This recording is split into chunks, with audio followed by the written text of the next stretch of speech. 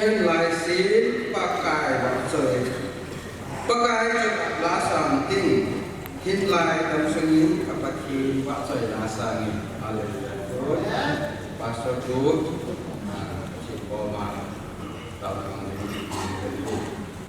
tu si ka dam na apil phat pha apil chayat dina kilom ta nang ma bu wa na um ka pau thi na mi ti ma la na min ti za si na chapa ka u pau pa Elvis ne lang na man mang chai lang Hagawa halna lumthima ki pa na kanei ba ta sa zo phat na kanei le di pa kai kan ta phat ho zo se na ma na plan do in tu sei di na ha cha zo na ma na plan do in ke ho zo na ma na plan da na ma um pi na ne ho in pi te ke ni yang ne ka pa kai Jesus Christa men thei ten dong ta na he oleh ki phật ngau zo se thì có mặt ăn na đây là một cái quá số quan nhưng mà cái chiếc chạy để chúng tôi lấy đi chuyên chạy cái quan tập hát anh thì làm cái cảnh này tuần sau là hiện lúc cái bao vật thì Halleluiyah praise the band conference anh đi chân đi tuần đi cắt chân cái ra nát zaate ho nên bị khom hoa năm mà các bạn say không thấy ta dễ bin Halleluiyah kan thong ban he all of it nun pe kapau the nam ma ko khom na wa Halleluiyah praise the ben ka na le kam na to na dinga kan ei kham ho kan se khom ho hi nangin pakai hikya su na le kam na to na hi hat ta ban the nge dingin na sa hin na ko thinga kan han lo ni ka to khom ha zo nang mana sukung ding ngai sa iu pun Jesus Kristus na ninga tung ta hi amen Halleluiyah na bon sa ding Jesus Kristus na chi kan hi Ogung sa dito pe na kan un ji lin dan sa lo ung khan ti yin ka ang ki lu si pe ni jing ba jong le cô cái tiền tôi hình Islam program này như bây giờ con họ đi làm những cái chủ cần registration vậy cô apa na travel luôn cái bài này cũng xong là ông nhìn thì sẽ lẽ cho cái này thì cho nên thì apa na so pinu ya chính thì chúng chúng ta phải Amma ni pasal itu lah asal ni. Kumul apa ini ni lah wajah. Beliau ini jadi lah asal itu. Kerana semua orang itu jualan tiang leh untuk kita itu. Yang ini orang boleh. Jadi amma ini SPBI penting ni cuci tahu dia. Orang konten orang sini, ini jika kita tu jom kopi aja, pun deh saya pun kita kopi ni, amai, sangat dalam ni SPB ni lah, kita kopi deh lo, dan lo jom lah, kalau kita cuma kita kopi sangat tu SPB conference apa ini, ada cucu, aku jadi sunyi soda. Souvenir to a in Janin, souvenir when Lamke, Mission, Solity, Convention, ABC, Amaran, Atin Sultan. He is an idea. April Amani, Songan, Kitana. It's a party, SPB, it will be never again. So, the Nako is a Nako Kitana, it's a party. But it's a now, I in the Sunday of the Zahim and Kapsu, concession to Bonin, which were a time. I let them know to live, yes, so to join him, to those consumed. Lemon thought that in football, he can't be the Ball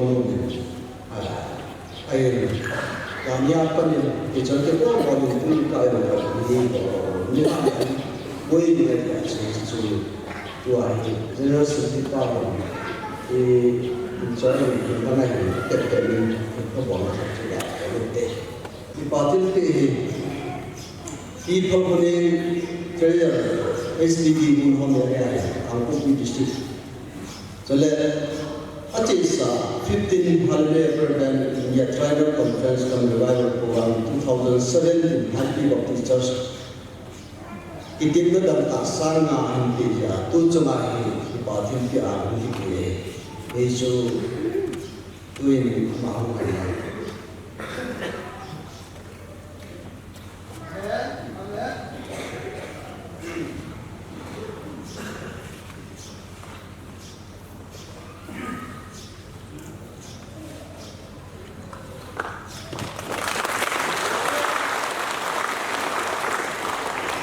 UDP Hawking, IRS Principal Chief Commissioner of Income Tax Government of India.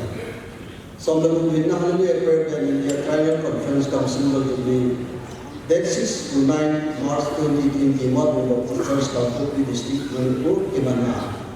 HPB town area of Ahsi Chidina, the Kasang Lani,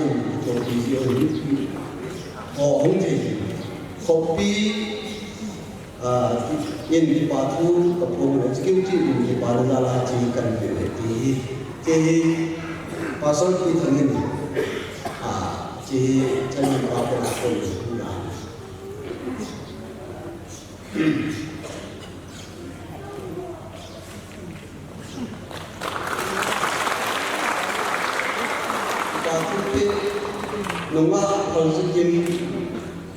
so we are talking about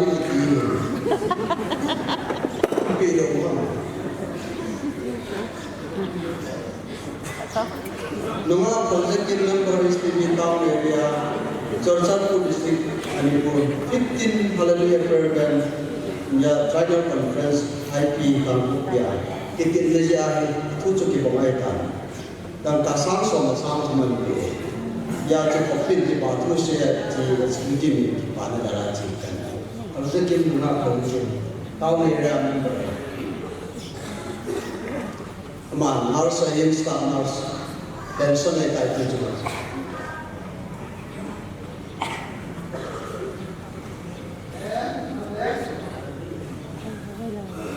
Kepatin nanti Assistant Secretary Halleluiyah prayer band town area. Let be happening okay Churchanpur district Manipur. Sombong ini Halleluiyah prayer band Tribal Conference itu bina dan sangat dia. Hoping di batu siang di executive di Badala menentok di Assistant Secretary.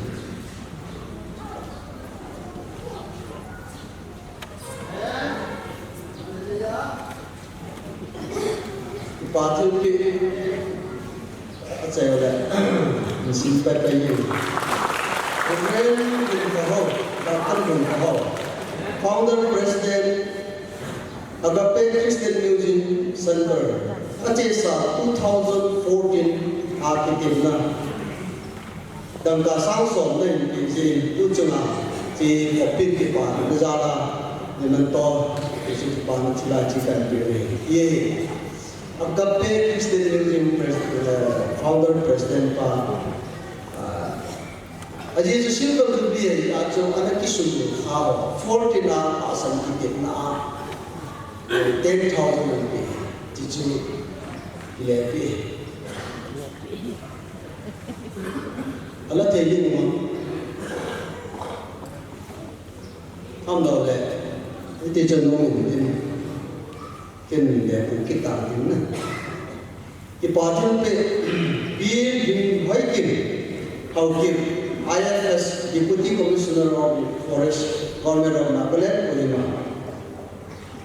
Atu ke bamahin ujungai dan tasang kopi di pembinaan bidang komite memento edisi kipi. Ini patirin isu katibu tanti semua yang ciin isu sinda tangkatin. chỉ của hiệp mà và sân học tâm của họ có mình là người đặc biệt anh vice chairman ban nào cái party who that color council joint director agriculture government of Nagaland Kohima tu chunga tangka sangsong NPA Vanajala Chi committee to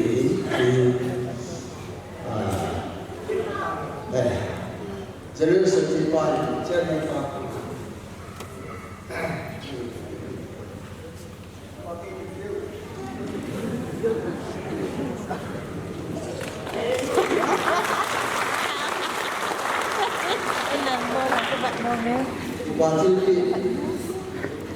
P. Apung Hoki, Joint Secretary retired, Nagaland Legislative Assembly Secretary Kohima. Tu sungai dan asang na, un penjadi, bangsa lain cipi, boleh malatih.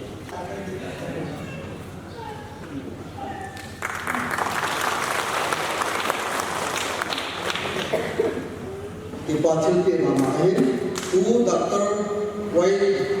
Zekendra, Dean Center Agriculture University le, P. Nemboy AO Agriculture Government of Manipur. Tu chungai yang asal soal pengajian, General Secretary Pajan ahin di Barikala Kopin Cihin, amam.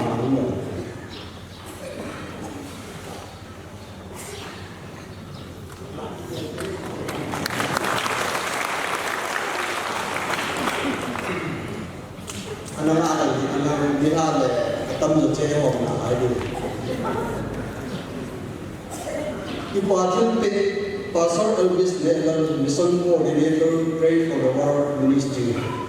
Tujunga Final Conference Council to be celebration. Devotion Patintu le la amipi inu dirkona kopin di patu kepungun sudah ke Panajala Executive Committee kan ini nama usul kita asal dari Executive Committee dated Motbung 8 March 2020.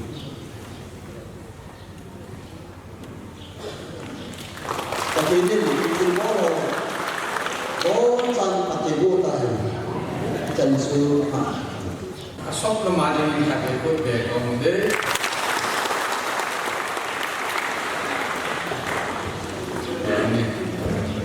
Ini dengan tak information yang kita makan, ini ngomong sih.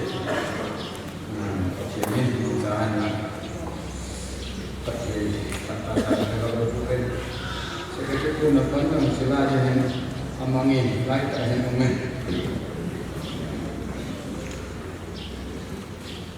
Di bawah ini ngomong sih seperti ini saya ngalih, ngomongin natun. Supaya itu diberikan Pastor Elvis Netbangen, White Condominium Mission Coordinator, pray for the world industry agent. Ama itu diberikan. Untuk ini apa macam? Ama hati biasa mungkin rasa dengan adik omnyong le, kohen lang. Ama asal omnyong rasa lang. Ama hati ini. Banu si buat hasil tapi jangan leho iza. Uji tak pada patien hoti ini uji tiba, aturi lagi kalau hoti jadi nama sepintar kalau kita patien beli ni. Ayo kalau tu cuma hanya halal berbeda, muncul cuma hingga naya di sana berhom. Uji kami kau bozul sih kalau itu berpakai jadi cibai kan buat ini. Enaha hebe hau tinggi kau namun tercampur lazam payah kami. Jika dia cah gu kani namai itu pasal ni. Takat tahi pray for the world di UK Wales kama mission field ahi. Kawan mission coordinator nak apa Halleluiyah berben di dia dengan ayat taupi. Patina kalau tin lai dah asam tu cuma yang pas evangelis patina di. Ama ayat tin khole dan pui le pahi. Tu ni cakap ni dia pasal dalam yang kepada sini. Ada langkah pasal kalau pasal itu dia nak belajar apa nak pasal. Dia dengan dasar agama itu sebenarnya ini. Ama ho dimnoya dibiarkan sampai patir kata wala hian lang.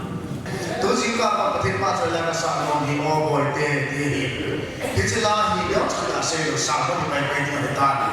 Itulah hikmah kata kita patir ini kacau ho kan join lagi. Itulah kan sahaja lain. Tu dah terbuat pasal sirka. Nanti jangan cakap kita mengahi. Siapa yang lajun, siapa yang dia, baat yang dia mencari sekitar nabi itu. Apa kita nak orang cakap nabi apa sahaja? Itulah yang kalau kita pan kita ini na. Itulah Allah bukan sesuatu sih. Kalau kita pan dunia kita cari nabi itu pun na. Akhir ini yang terbawa. Itulah yang kita tular dengan itu berat dia boleh. Cuma kita bangun dan berbe. Go kita pada sudah panen usaha dan pun. Go kita mana pati ini pilih cara nabi. Najulah semua dumlai samsi. Mikor hadir. Kalau kita pada ingat kita pun hati si herwani. Nula pati yang sabu berhenti. Hilai pun orang jual kacate kesudah lewani. Hilai pun aci sampai kacate kesudah lewani. Kalau lai kacate samsi lagi. Itu tu kacate nabi orang dah hendak bukan nabi lagi. Kaki dia nabi kaki nabi no. Nula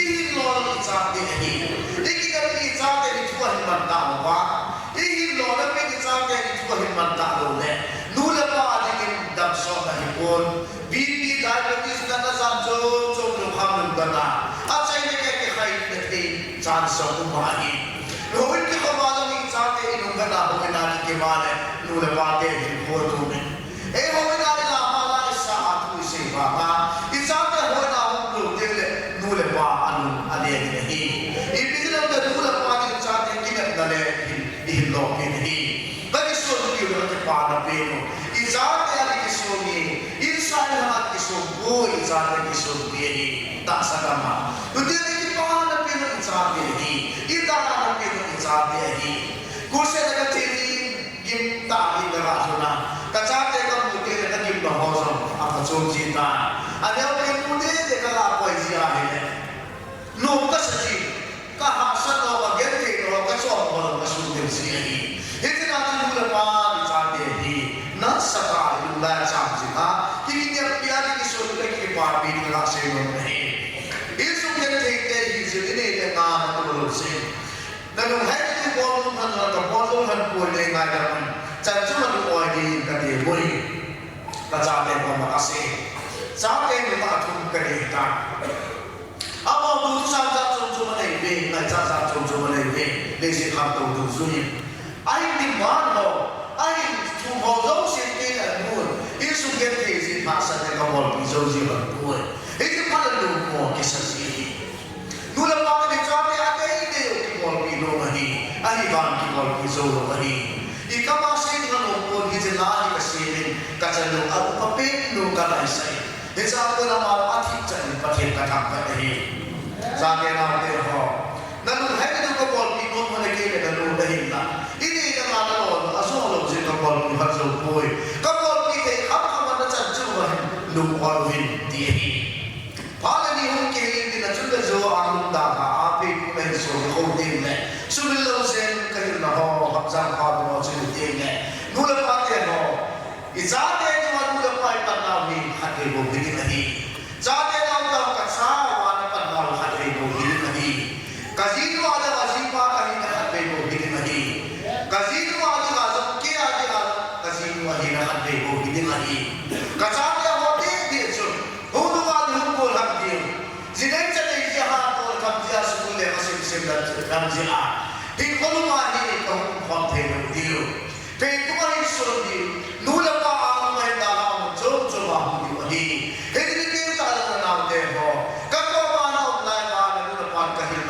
Si sudah tahu saya nanti ini. dia là sam tak te chu ni dia boy te na ho mai kan hal pu lo lo thi lo ta ri chu ni te ni hem din koi a ka cha te ko ma hi ve na ve ho pa a te ne ke le nu le na pa so ko ni ho ni na ta ka sa ma lu ka min ni na ho ho nge ni na tin ji la sa ni ka ve na tin na nu le pa ki ni na ho ka ni na sa ni na ho pa pi na ka poi mo din a ba sa o ka sa te na tu te an ha la ta hu ti na hi he ti ni ke ta la su ka cha te ho la a koi na ni ma anu la pa hi sa sa anu la pa hi ti po din koi na hi gam ti hin ka si na hi a ji ti tu na nu ne om ta mo ho ma te ngai miu ma ta pi miu nu tam pi a te po nu pa zen nom la wa sa ma atam ta nu la pa ta pi ge te to mi le to om ta ka ho ma hi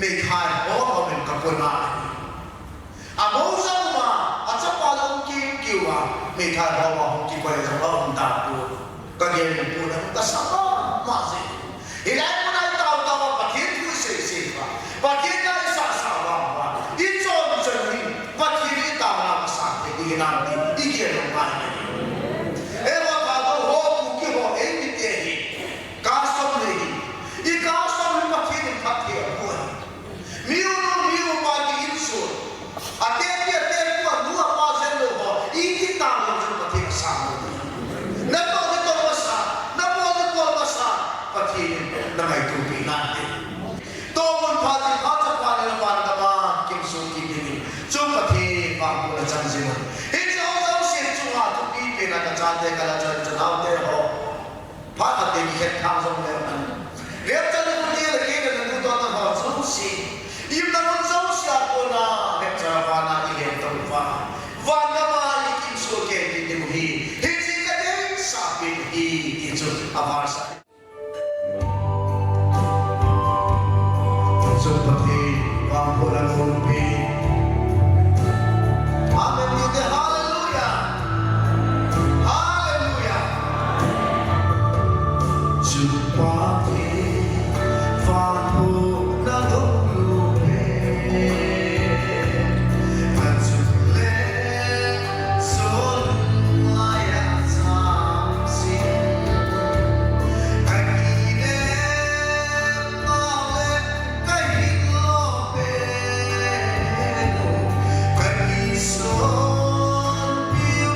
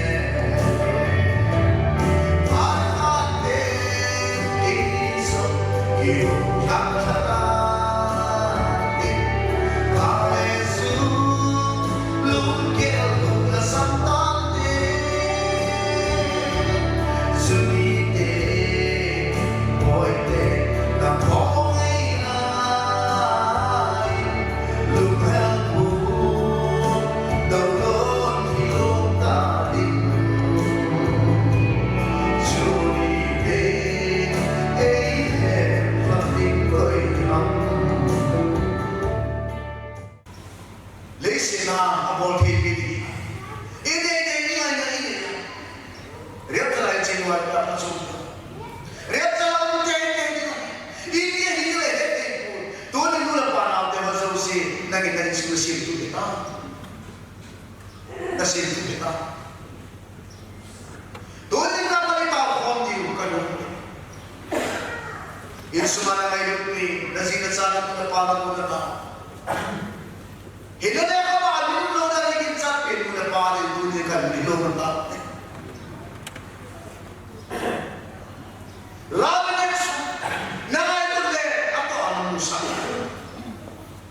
tu sekarang dah sekarang tahu dipakai lagi di kota hidup nak ibon sakit nanti atau itu dia sudah kaya susim tu beriki kerboy kasi na namin koke mo pula kasi na namin koke mo pula kanu ka pa na namin koke mo pula baka netsalitin insumsi ka na mapapapagod dito si kapana nasa tataw ko din baka ni katibe ibon sangking anatawag katibe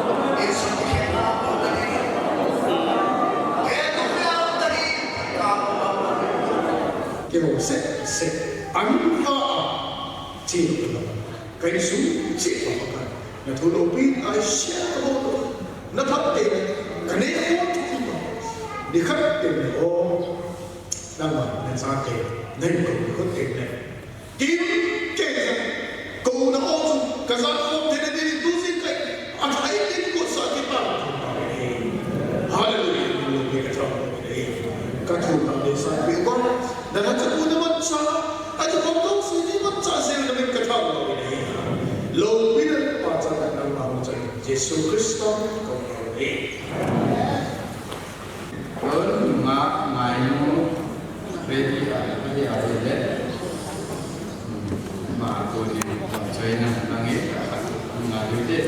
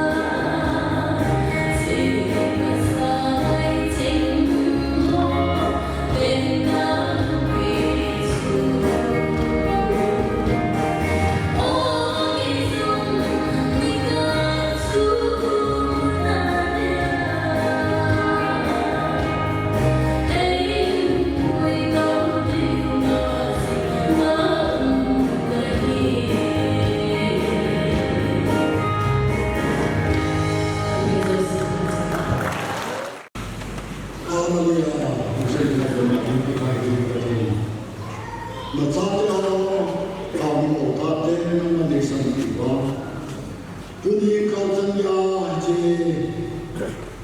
Motbung Baptish Motbung Baptish Telo Shire Halleluiyah prayer band mina Unji khom salama Ita bana khom pakar na chua ke un dia ni ko yun namin telo ki ka lo he Lawan ni ale puji ni pakar kyo yo se ko te ko dilan ke lo wo ka ni ko je law ke din ma cha na ta lo he din pakar ke to pa ho kan ye ke wa ta tu ma ban bha ka ne lo ai ke ho pakar ke na ma ni ni mo wa ma ba ka pra ma na pakar na ma ni yin lo ai ye na ko te ko ke la ta ba to ka pa Yesu Krista ka ba wa he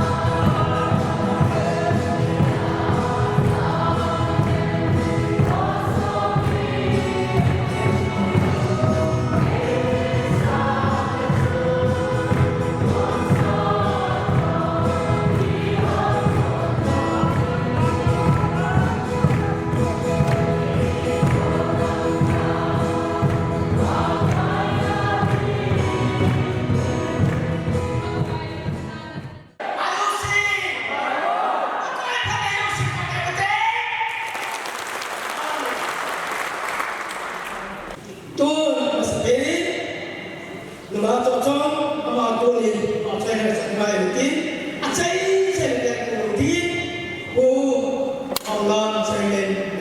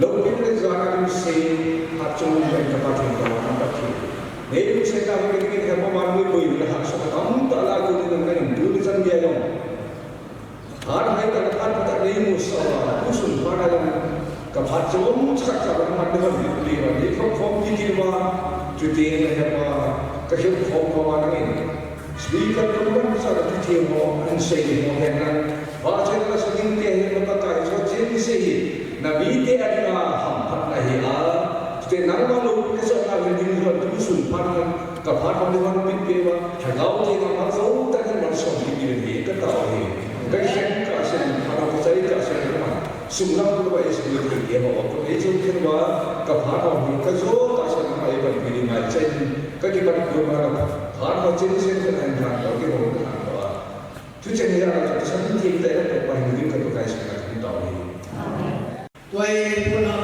วิญญาณภาษาพันธุและเปลี่ยนเกณฑ์ที่เรียน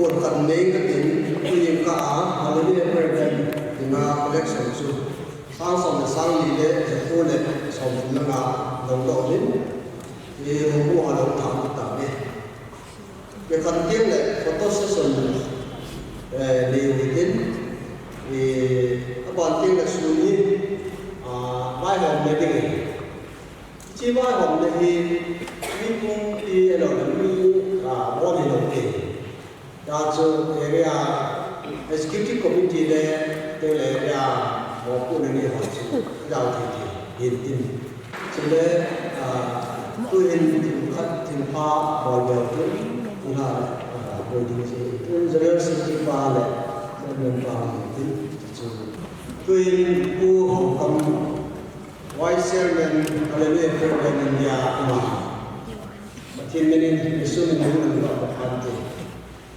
thì pha thì who Hong Kong Singship Vice Chairman SPV India date nga apna date nga December 2009 apna Vice Chairman unsu ta apna na na unsu somnaru in Halleluiyah program India Triennial Conference kam Silver Jubilee date 6 to 9 March 2020 Baptist Church Motbung Baptish District Manipur Kimanna Azam nang panthi copy di part ko yun na to copy security committee di kai ko nei patinin nang da sumi ne ta sa ne ba ni patin ba sita ko in jan so dina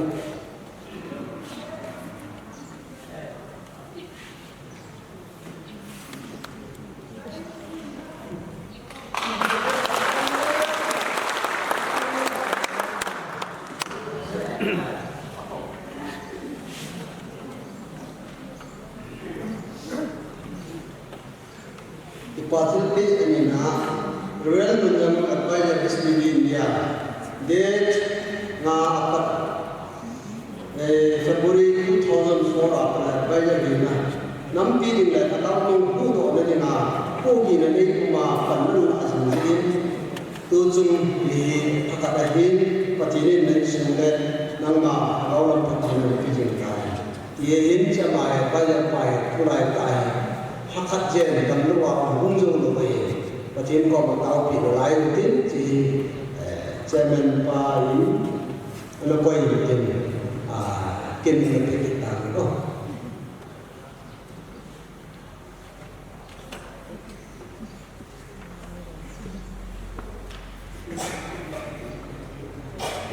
Ipatul pi uti sejatong trader SPV India.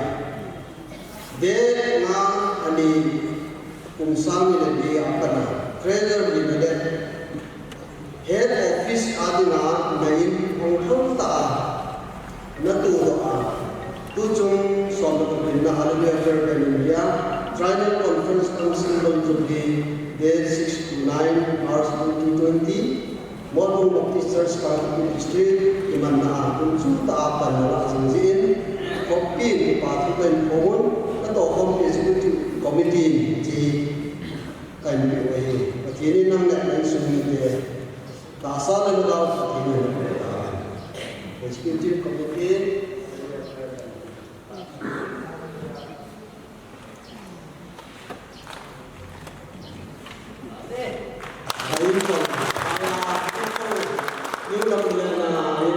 building so many other things that floor common room jo office akimo patin akimo Kita berandang kulabari kue Cina kulit waktu itu naik kulit waktu itu sedikit kulit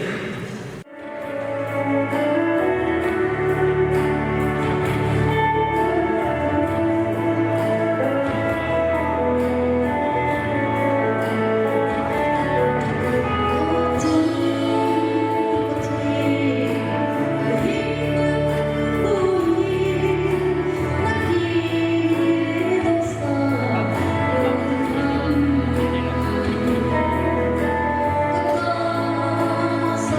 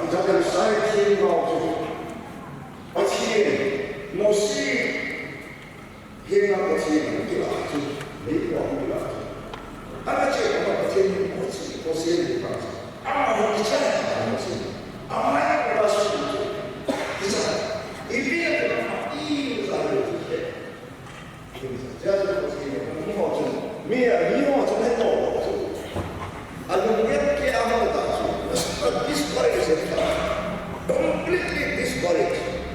Ami mau dia apa? Kisi ada mana sih? Kisi mana sih? Baik kita sih. Jadi kisi ini itu sesuatu. Siapa yang kisi? Ayah lelaki ni kita tengok musuh. Hedo, jadi mau sih. Kisi ni macam apa ya? Amal tu macam apa? Tengok tu macam apa? Kisi tu dia. Kalau hana tengok lo tengok saya kasih emosi asli itu dia tengok satu macam macam apa untuk ini macam apa apa akhirnya first time bukan macam ada orang di sini macam Walau sih tadi, minggu berapa tu? Micin berapa sudah ni? Minggu berapa tu? Mahin boleh. Kita tinggal hidup. Mak personal itu, pakai nanti tak boleh gerak. Kalau itu, kalau tahu dia itu baik. Saya masih, itu masalah ini sesuatu yang berbeda. So that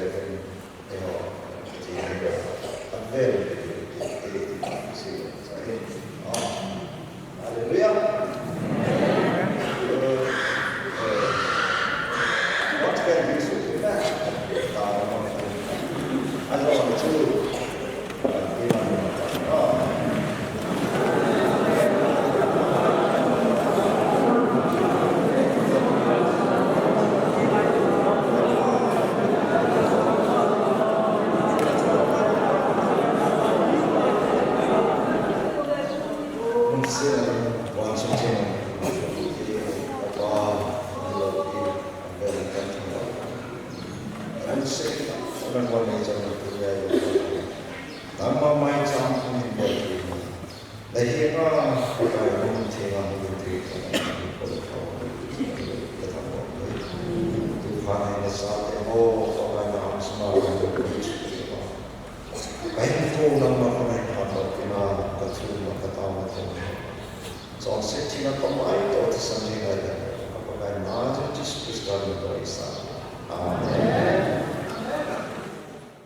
Bol koneria ko evangelist en wangin tawon taw le bisu tu ima kai ko taw sai ne ni e sina para hi situ mo ki lai ni ki mai mo ki lai ni ji ke ti ko min no e ji ko no e kai ko tu aba pa cha chaก็คิดว่าเด็กเสียนี่ไม่ต้องเสียจะเสียเต็มแต่ที่ตาก็มันก็ดีกี่ปีตาไม่กี่ปีหาเด็กเสียนี่เห็นจะมันอาจารย์ก็เตะเสียวันนี้ก็เป็นอะไรก็คิดว่าอินถึงแม้ว่าจะเราที่เป็นที่กันลิ้นกันเดียวกันที่เรามาดูพยาธิเห็นสิกันนะโอ้ยดีเลยนี่ปีละอาจจะสิ่งที่เราคิดผ่านตรงนี้ซึ่งก็คงไม่ได้แต่ตัวลำไปช่วยผลผ่านแต่เป็นมันต้องที่เขียนอินที่จะบางจังหวะที่ก็จะถึงอินก็ถึงจะทำไปอินยัยต้องมีสัมปุ้มปุ้มตรงนั้นฮาเลลูยาเรื่องที่ปัญหาดาวเส้นและสิ่งบุมาที่สายปัญญาละก็เห็นพัดเสียจึงกระดาษที่คนก็พินหัวนั่งกระดาษที่คนที่ห้ามบุกกระดาษที่อาฮิบาริทุกทุกตัวสุมามาเห็นเลยที่ตะวันจันทร์ที่เอจันทร์สักที่จะทำก็ที่คุยที่ให้ทุกทุกเป็นอะไรที่แนวขัดเลยก็ที่ป่าดาราก็บอกลงที่อาสตะบุรินดาการเป็นที่บอกที่เราตั้งอยู่บุ้งลิ้นที่เราเลยการที่คนตั้งคันนี้ลำกายเดียวกันการที่เราตั้งคันนี้ที่ป้าจันทร์สังเกตที่เป็นตัว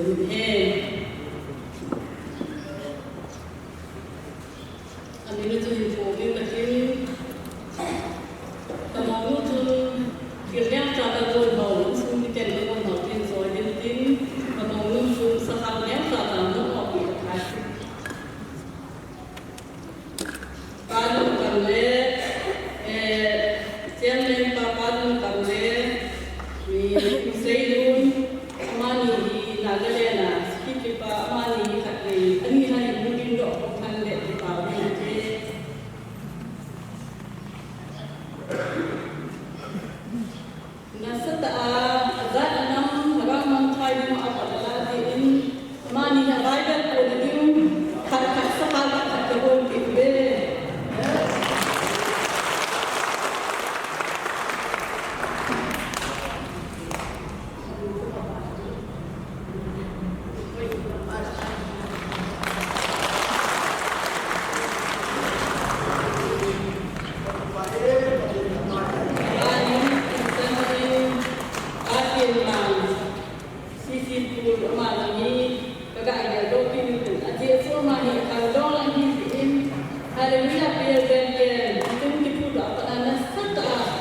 Sotol kepada ino tu siaman tak hidup ama kami sini teten obe mamu itu atau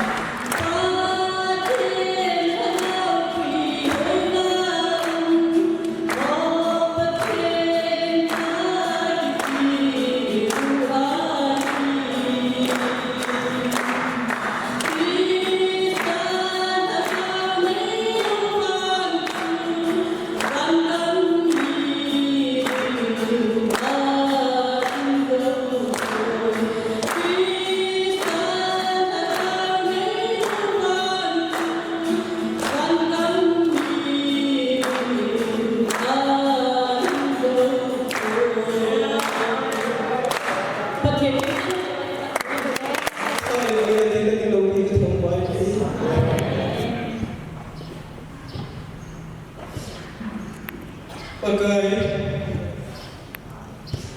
nanti saudara saya kami bangun dan besar akan disuruh asal minang waktu mengampui kenang sungai yang pakai aku ini kehilangan tak kasih kapal mengampui tuni apa kenai tuni pati ho sakti terus thani terus jom kasihan jom cukang tahu kanuti ao mei kajen thei ta thani terus sampai abu dia tu sahaja yang kasihan jom lagi kenal mereka hidup jom lagi anu biasa ni mai sahaja kata lah tu apa lau bila lepas sana tempat lawan segi hati mana umpi nama bila sahaja oleh kita kita disanti tai lau hidup kita pakai di tempat ini puna Yesus Kristus kami kabo sendiri kita ini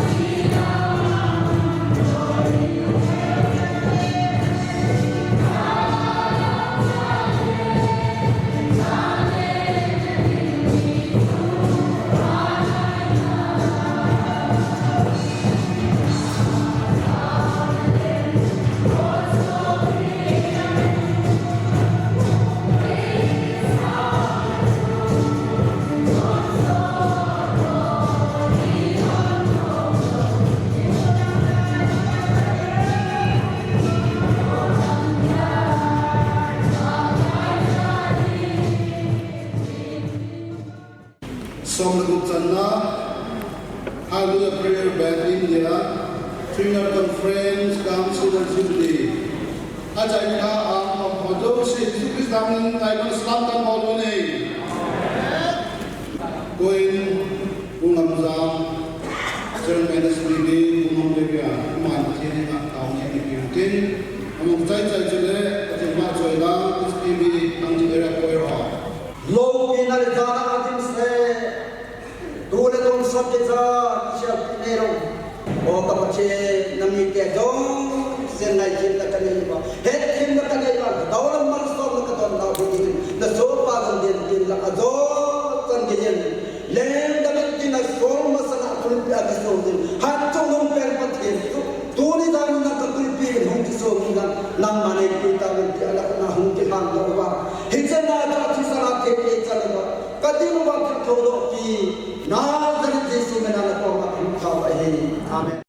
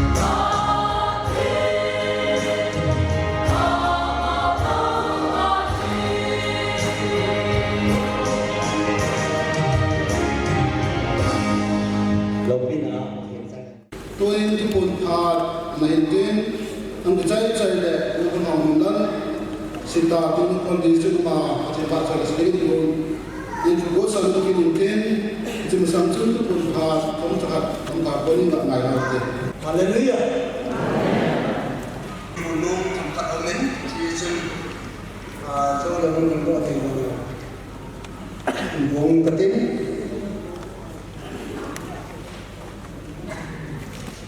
Điều na tempat amin, Yesus tổ tiên là ông Yesus. Chúng ta đã trai được. Thầy con tôi viên thì bài hôm nay nêu các ông mình ra chân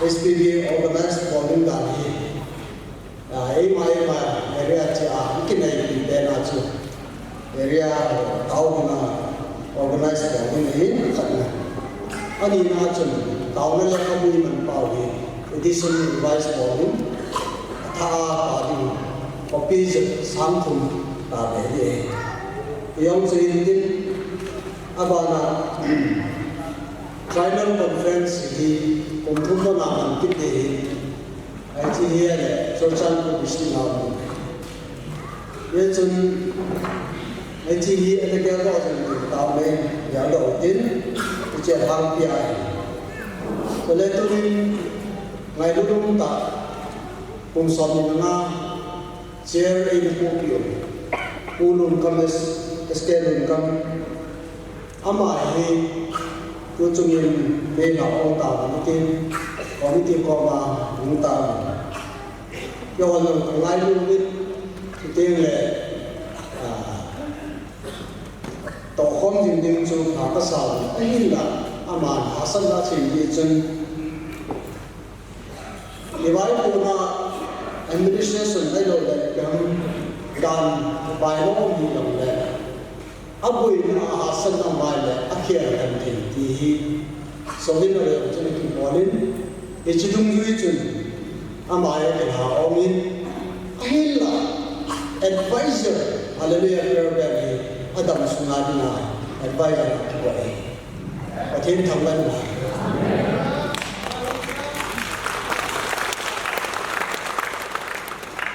chủ tiên là chair ama kher digin pastor reverend from kam IP ama hi kin ka bon sa din de sa na ka din ama kher na ta han do hin pa jerin pa thi ko han nam ama ni hi tu ni lai ประเทศก็มาเต่าปีน่ะพาจูอุสปีเกอร์อันนี้ที่ไหนจะอุทิศเป็นพาจูเพียงก็เป็นมาว่าตัวผู้สเตนกัมเชนเนสตีดีอินเดียอามาฮิตั้งไงดูน่าวักษณะนี้a committee chair executive board ai lo le committee chair pi ha na program at kani na ngai du thil pi ka bol nu bin e chi chu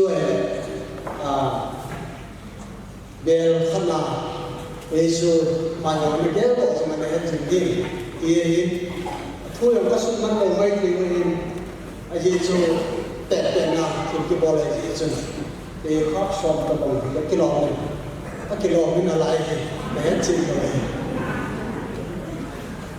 cái gì ngày lúc trên phía cần phải đi ở hết, cái số mà làm có tiền tin, cái gì phát triển general secretary anh phảiเป็น vice chairmanต่อcái gì phát triển nó ngon cáiนี่ก็ได้ใช้นี่จนตัวเอง chairman ป่ากันก็ได้ผมสอนนี่แล้วนะประเทศนี้ดัมเซลาอันปุยาก็ต่อความน่ารักไปดูแลชีวิตกับพิวหินปฏิทินดัมซอนนับปีเดียร์นังฮัลโหลเรื่องเรื่องไว้ใจดีน้องอันดัมสุนินทะลุกันประมาณปีก็ต่อปีน่ารัก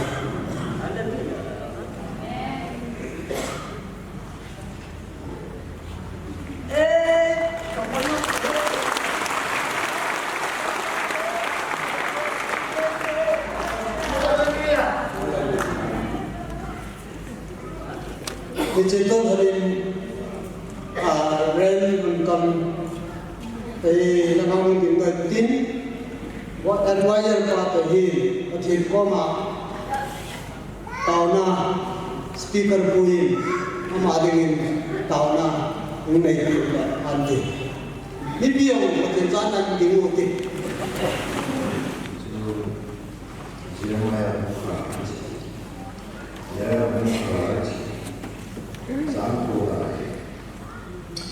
Then the Lord stretched out his hand and touched my mouth. And the Lord said to me, Behold, I have put my words in your mouth. See, I have appointed you this day over the nations and over the kingdoms, to pluck up and to break down, to destroy and to overthrow, to build and to plan. But he uses them once getting this.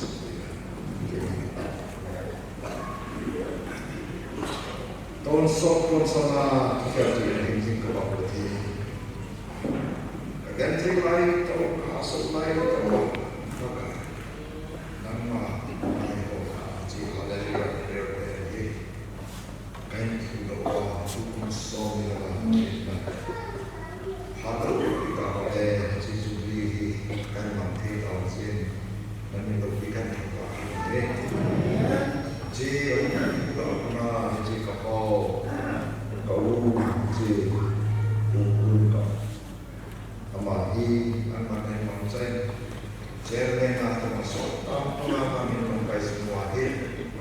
Halleluiyah, we're bent our home, I'm not looking at that. Amal zalim dan makan kau, okay? Tuh ya, amal yang kita mengkaji, maka jadi komiti on terjangkau. Kita makan coba, wajah makan yang kiloin.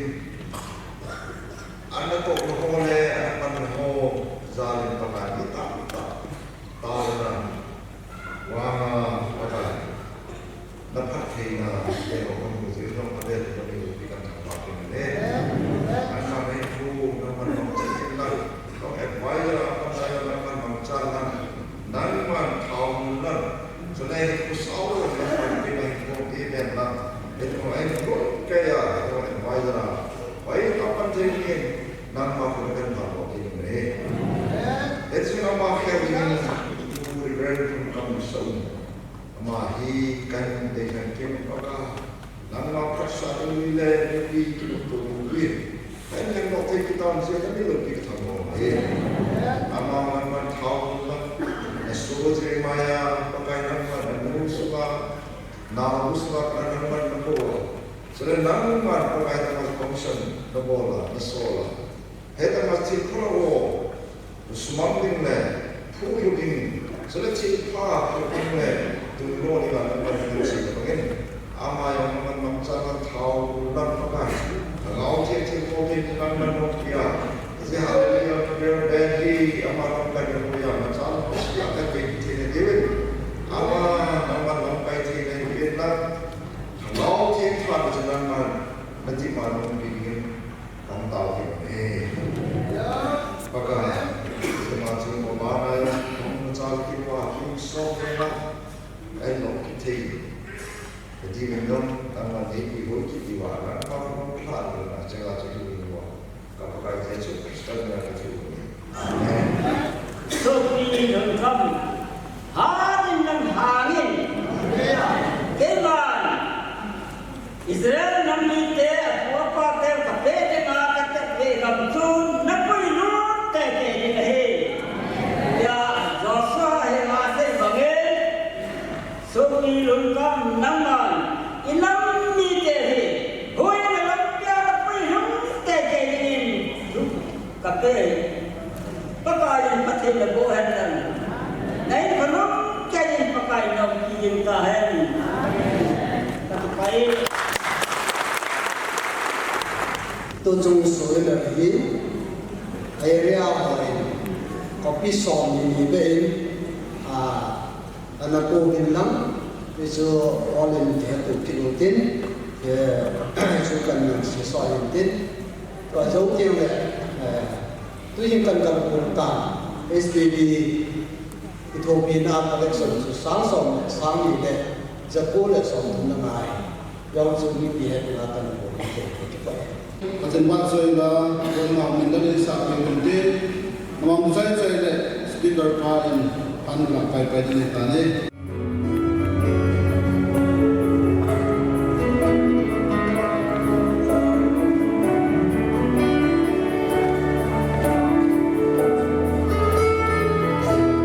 Patira sim thile ko paksa Rusia kunin ang kantovi Tinai lâu na bỏ ra xì ăn cà phê luôn khi thân ai hình rồi người cô đi xa hoa hung hát na hồi na dầu xe hung cô phát lệ mình xin tha ý đã khiến lâu lệ lòng đắng mùng đầu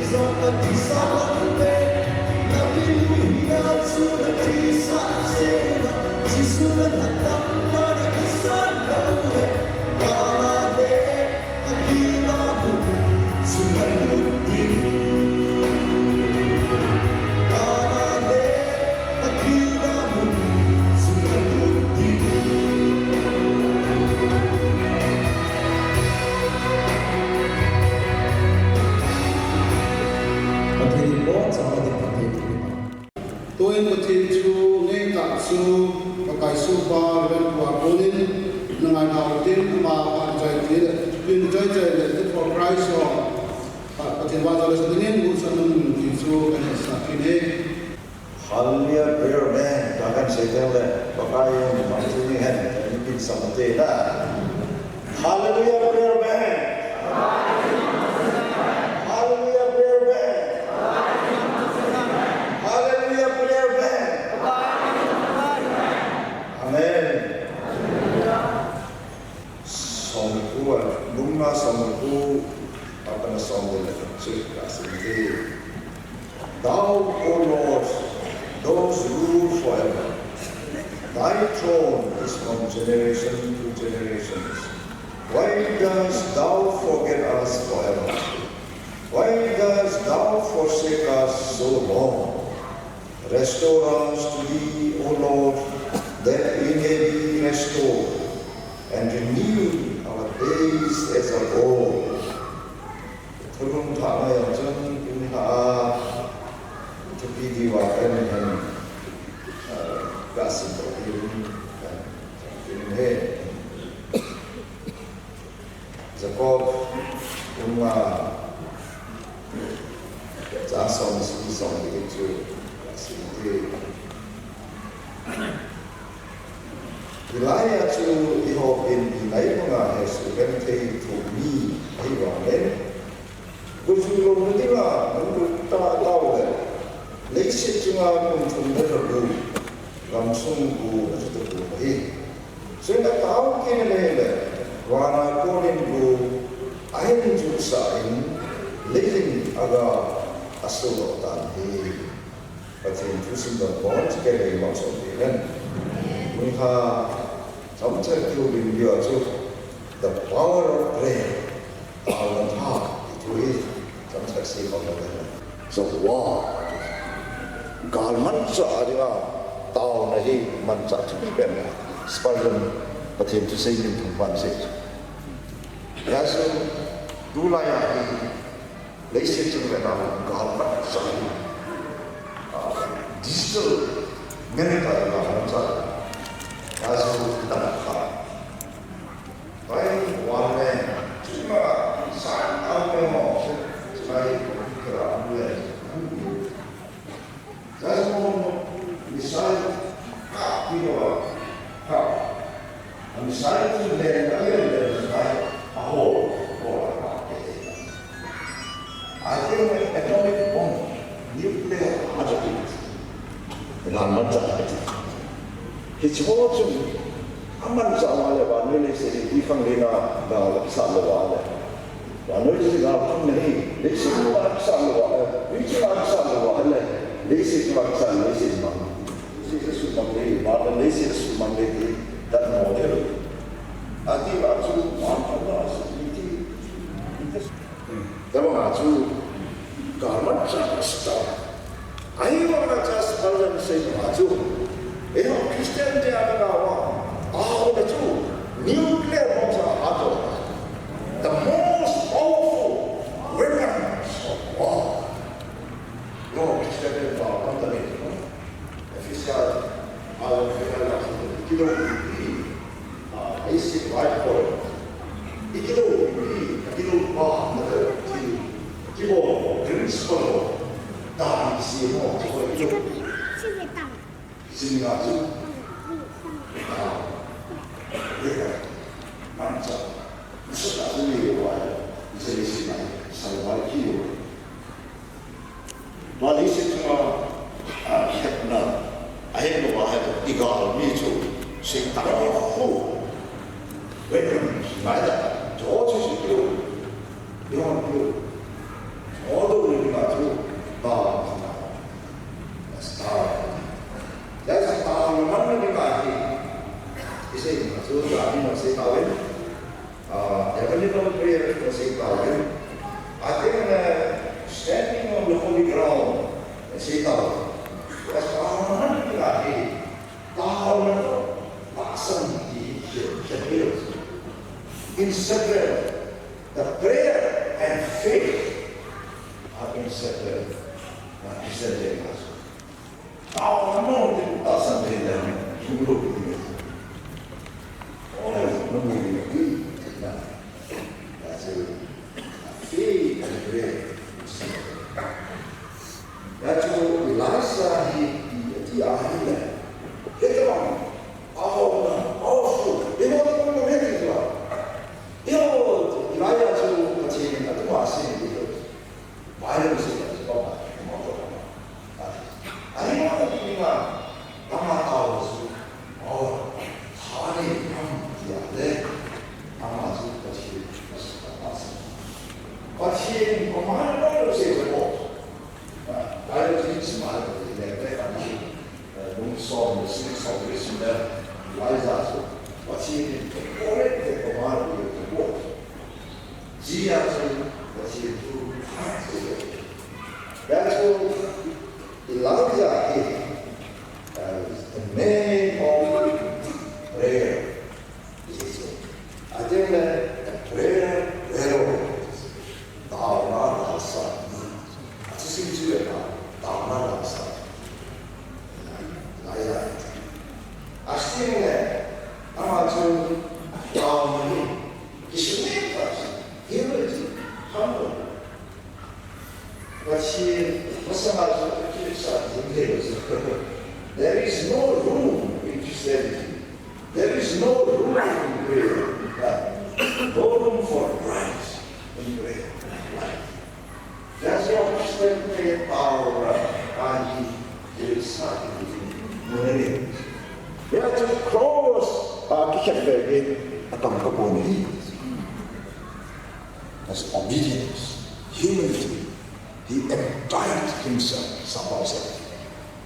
Maka Yesus Kristus akhirnya usir, lalu ini usir tu, empty tu, orang nak empty itu, asal ke, ahong kiwa, Yesus lima pun nama dia kuning, amasuk lalu dia usir dah. They can go Calvary Cross. I don't go to I think that Kamai said, oh, it's a sick woman. Kamai said, Kamai, can we carry anything? Kamai said, wait. It's actually about it doesn't stop. Okay, so we start to go to the Yes, okay, so is name just we are Japan like to say that 72 years ago,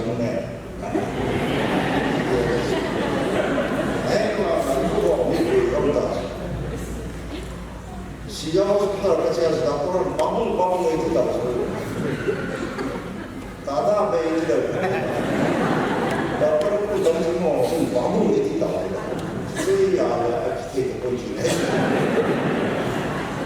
그래서 이거 지금 잘 되는 앞에 나오는 게 뭐지만 승과 정나마 이런 세상 같은 거 나오는 게 아니고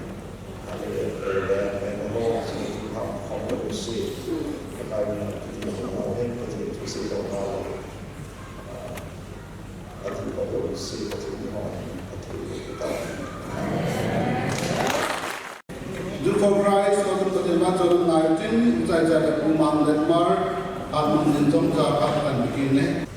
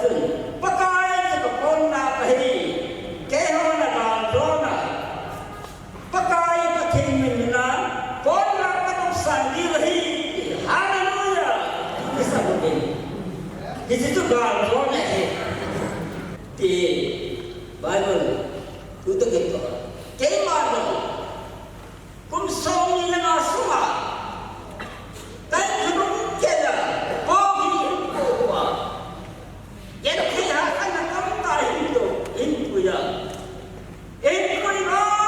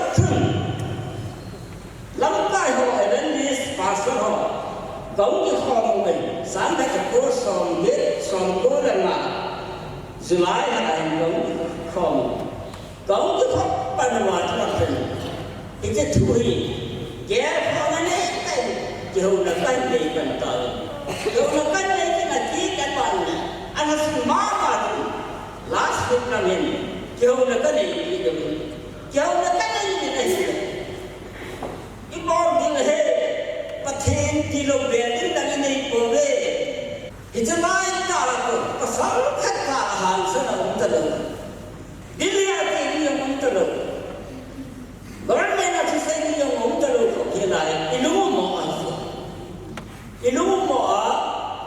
đã vào ông tôi cái gì đâu lùng mỏ là cái gì này lắm cả là lùng mỏ ông ta giờ thì cái này gì để kiếm tiền anh nào tên là bùi gì hệ vào to chúng có nên là bùi gì đến đây là gì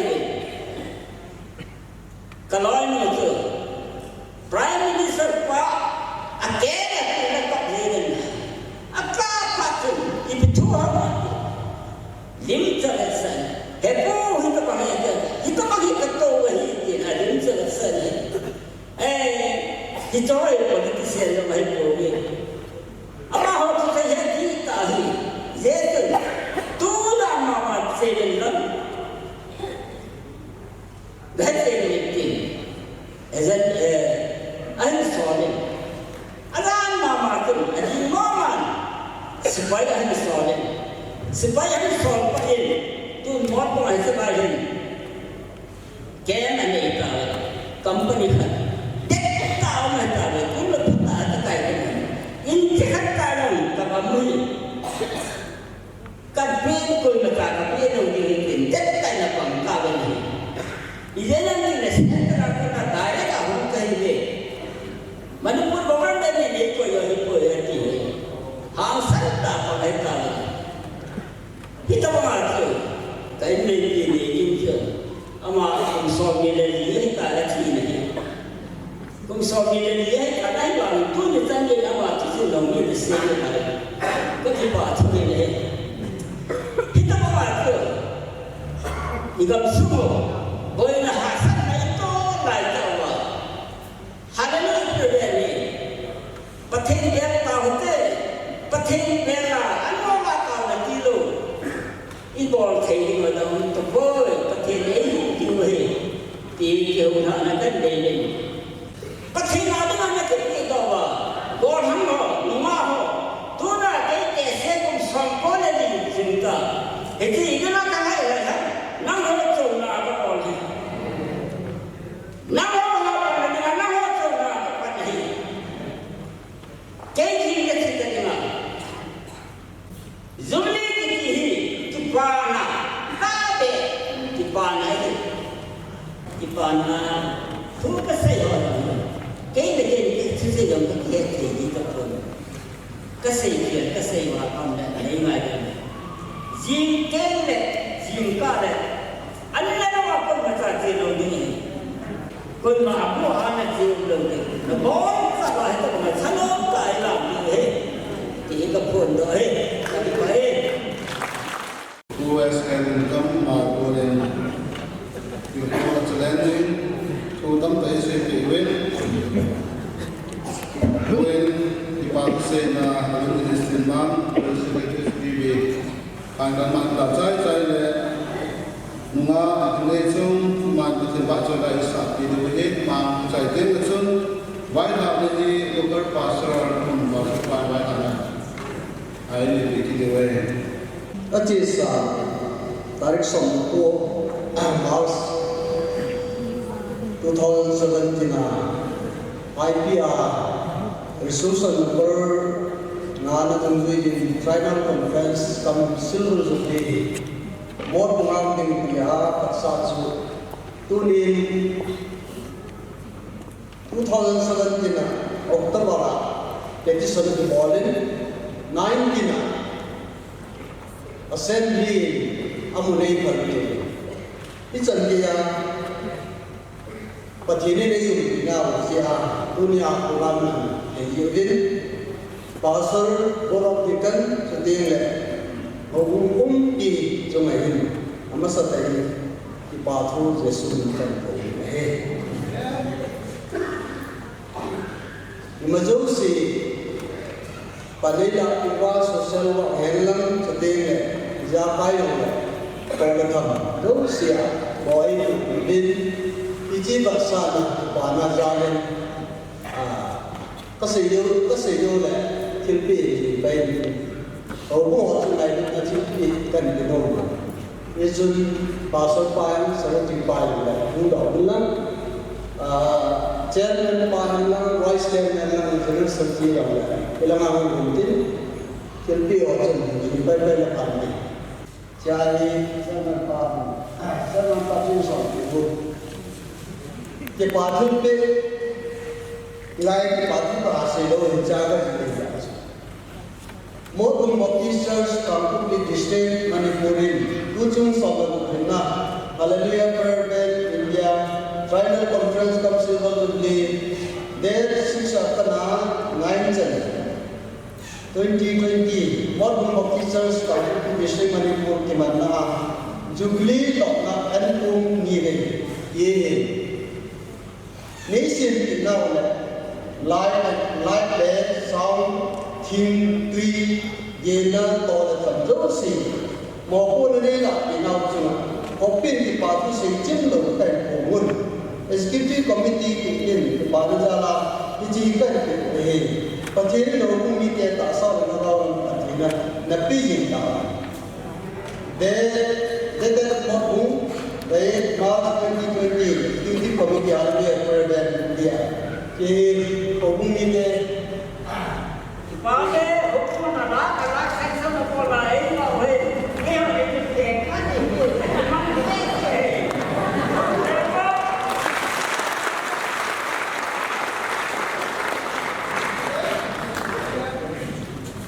Jadi hubung ini tak salah negara pakai bukan tahan. Terus malam ini dia tak si mapung si nuke hawa sedang le, hanglai yang sedang le, atau macam wajib si kau ni ayen macam apa kini dipakai bersih. Motbung ni kopi ni main ada masa pun kami orang saman pun zaman kau ni masa apa cuma yang dipakai sengan kawan tiba kebolong ni. Saya bukan kesimpulan din yang so ama yang din amlo kaile alati kanun dar sunhan ke au sabi yang selain itu kain jesu merin hindi mo belang tawal sotan hindi mo mimpi ho hindi mo belang sala sampat hindi mo belang dekle dua song ni song tu belang laya yang aku kita tak boleh tu tribal conference atau lu bawa kita tak boleh ni Yesus pun nak belang tidak tak boleh belang betul nak apa kita mungkin ada tak dia jangan kena kita boleh itu akhir kosong ni kosong pu jadi lebih tidak mamangin.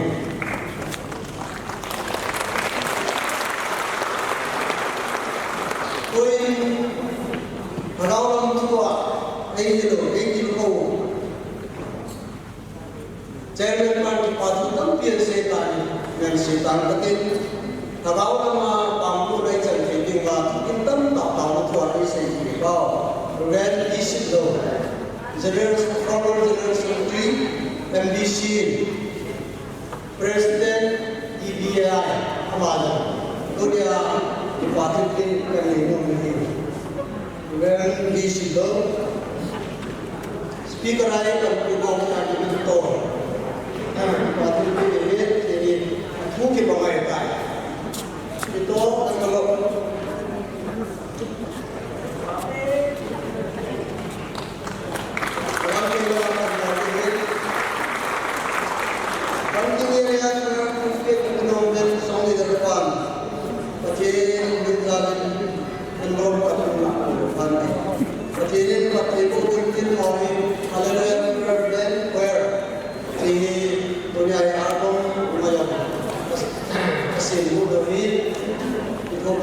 kan kan boleh mungkin area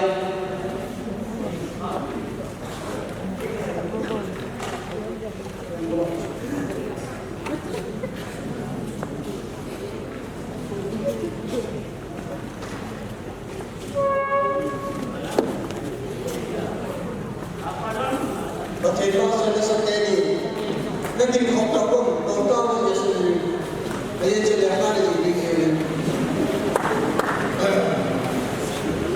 Bolam awalnya setahin tujuh bagaimana saya mungkin tak bagaimana saya ama ini dengan macam ini mungkin anda sangat leh participate dengan token ini mungkin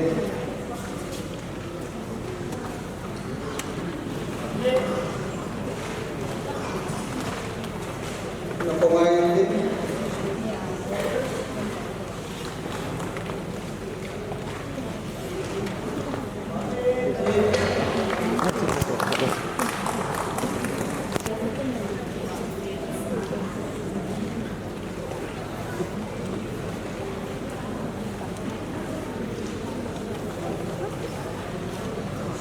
thu juga sindoi kan pakai baca tadi namun sahaja dia. Abang recording seperti ini yang tahu yang kita mulai yang kita salah dia. Ia tu kemudian pakai jalan amalan kau naik kai dan bikin belum tetap tapi nombor sudah lagi orang nanti.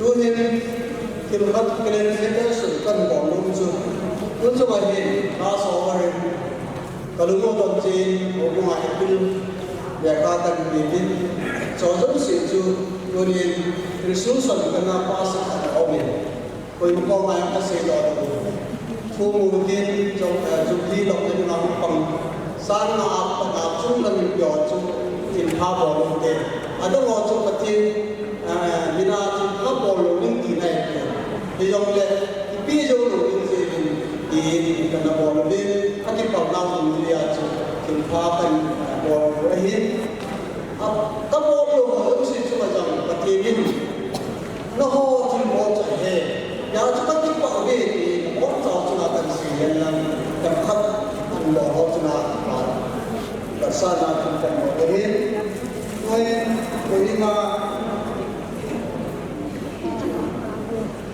Soalnya berdoa, sang sopan ini tu kita mengajar singgah kau mengajar dengan koi ma, pendapat kita,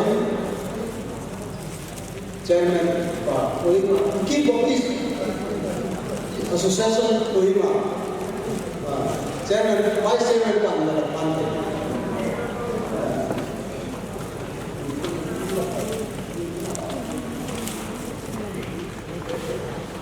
Independent Baptisters angkat pai, amuan sana ini di Panjala dengan dokter ini.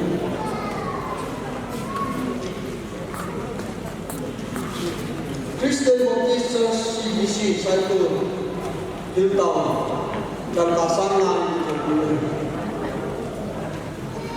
Alatnya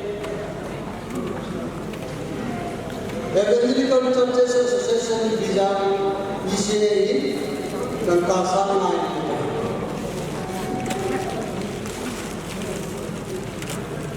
Kau malam ni patungan member komputer di negara ini. Kampung Independent Baptisters Indom dan pasangan tungan ini.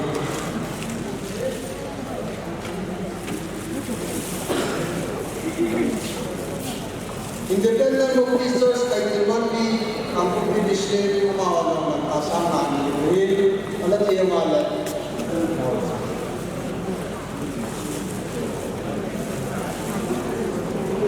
Evangelical Churches Association and Sungil amo no na sana chung ko ni mo dai jerman ko chung ko na assistant secretary Guru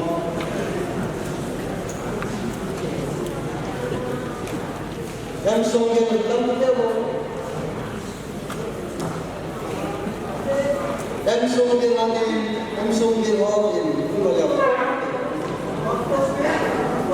u pause number SPB town area dan lasana em song ke te ise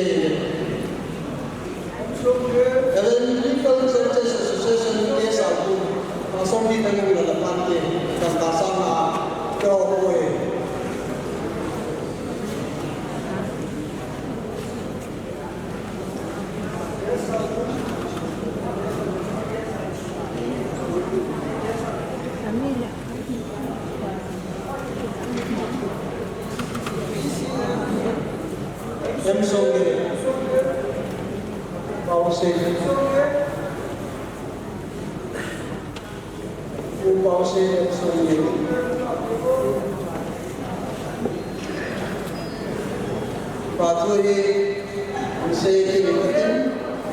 Program amin contoh si nabon contoh lagi patu kan sehin jale di tasan kita no idea kita ni yo si dong di patu kan sehin kosong dia reses berole udi orang sistem seperti tamu dia di patu kan sehin tu cuma katin jale satu si katin katin itu Allah mimpi mu ayo si yang katin ko so ke abana tunjuna ilawa mitso tinjuna ilawa ni yongin dangka san so de sani lan ni lo mit ne ni ke du ban ka ban ka ta ni e je ni tuin bu to sa sirima ma Nagaland akan dinawin wayang unang sedan berapa lokal.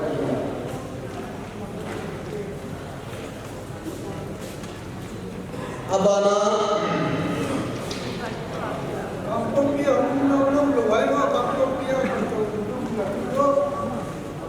kampung dia puna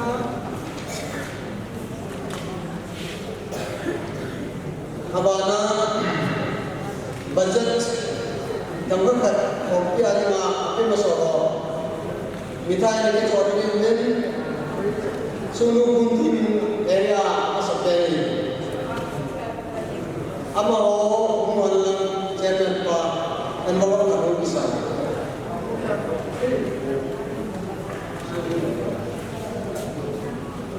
sole cycle area boy itu bala anji jiwa pada dalam sunu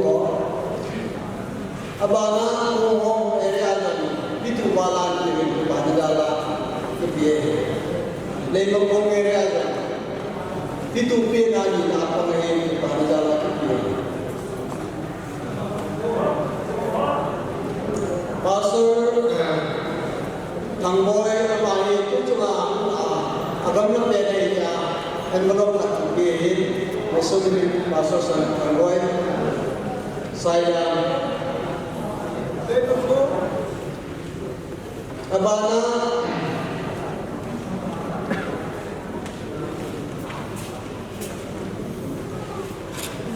saya itu ada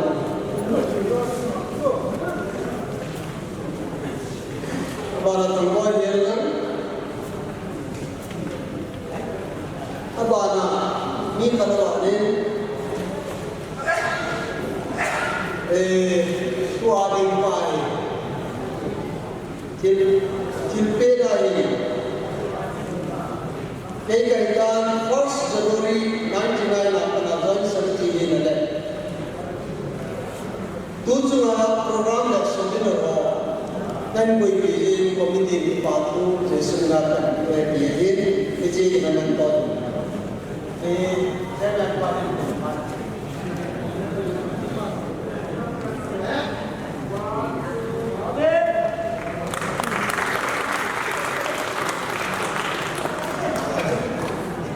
ada saja hati awak cakap ciri din hati saya channel sendiri wadam dalam cerita din atum ben bolong dikan le kalau mungkin ini dulu biasa dosi dohon misalnya tempat mana juga dosi nawata saya ini patirin punin orang pasal dan nawat itu orang atum ben sendiri paculan pati besi dan guide elole yung asisten support ay doon sedianya pasal masapayan kunin silang awit pagyawan yung nagpatili amal tintin sedianya kawan alam din dia berhenti kawan dia berhenti patili mo sa amin patili mo tao Oin ma nesong makon suwajalan aritin long jai Why not na pasal warin atin itu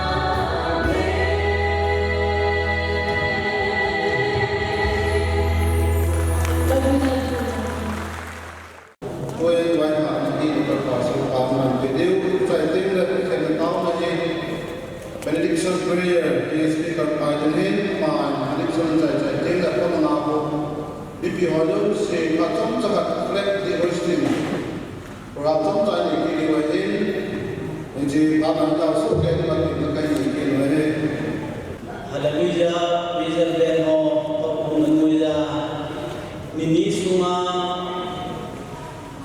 pathin hanzon pathin thukil ta ta ho iya sawa chutim le va zoila ke ta ta nu te lam yan lang ma ho lang jong le iso iza na ho adia takal hukuma hukumi ke hazo se isi ki pa na thuk hai yan lang va zoila jong le iso hazo se man tam ta za to ho zo se Hallelujah praise the Lord Hallelujah praise the Lord kai ho se member ho se cuma masa pen kan di bat kan se masa he wang se tain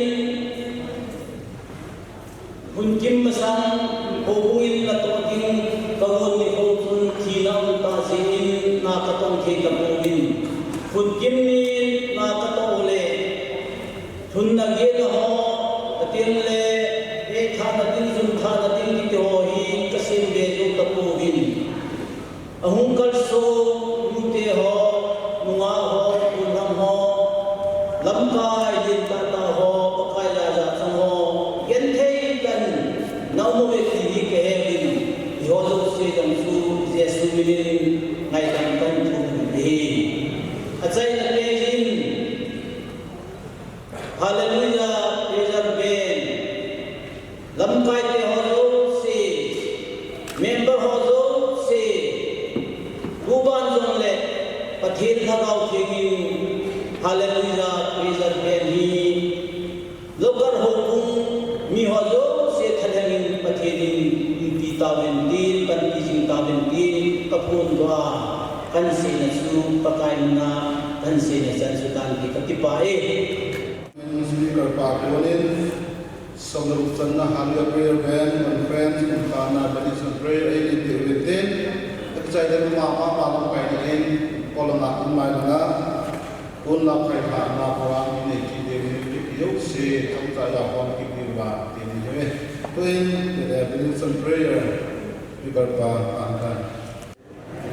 Some of the Hallelujah prayer band, Friday conference, Council of the and Charity Tower. Zora number ticket out in the middle of the Okiman Satsua, about here on the Madinga. All whatever from Lazza. Roads go down Kandata. Our Superstar Signa, Don Santo Soda, the Minoton Happy. Pentecost में अपना लगाव थे जो हमें थे कि जो उससे लोग मिलेगा अपना आज जिस क्रिस्तान में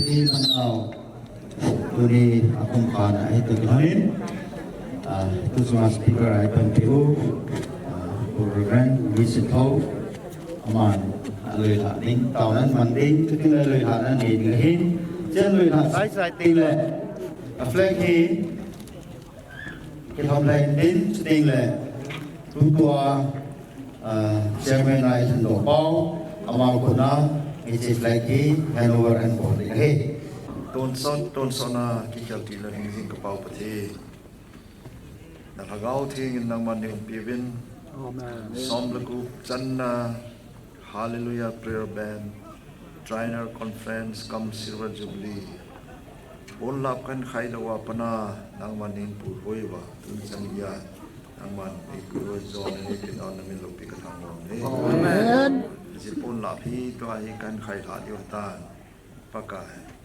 ichi ka khai tha ta kil hana yong Mabante ng le nang mani puloy kidiwa nang makunong kitan lunay huwa kapag Yesus Kristus amin ang katumay. Amen.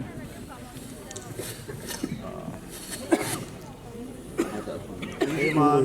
Ichi Halleluiyah prayer band Silver Jubilee ating le trainer conference som chan nahi ulna bhi papathen cha papathen sel hagau theng pathen mina man khai ha dai Cô bé một tí. Amen. Hallelujah.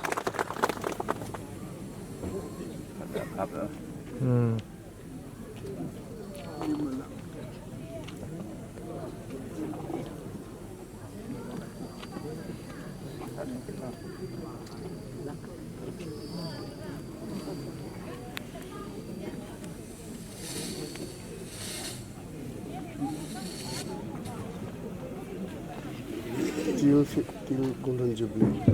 Golden Jubilee Paka wala wala na ko yung akan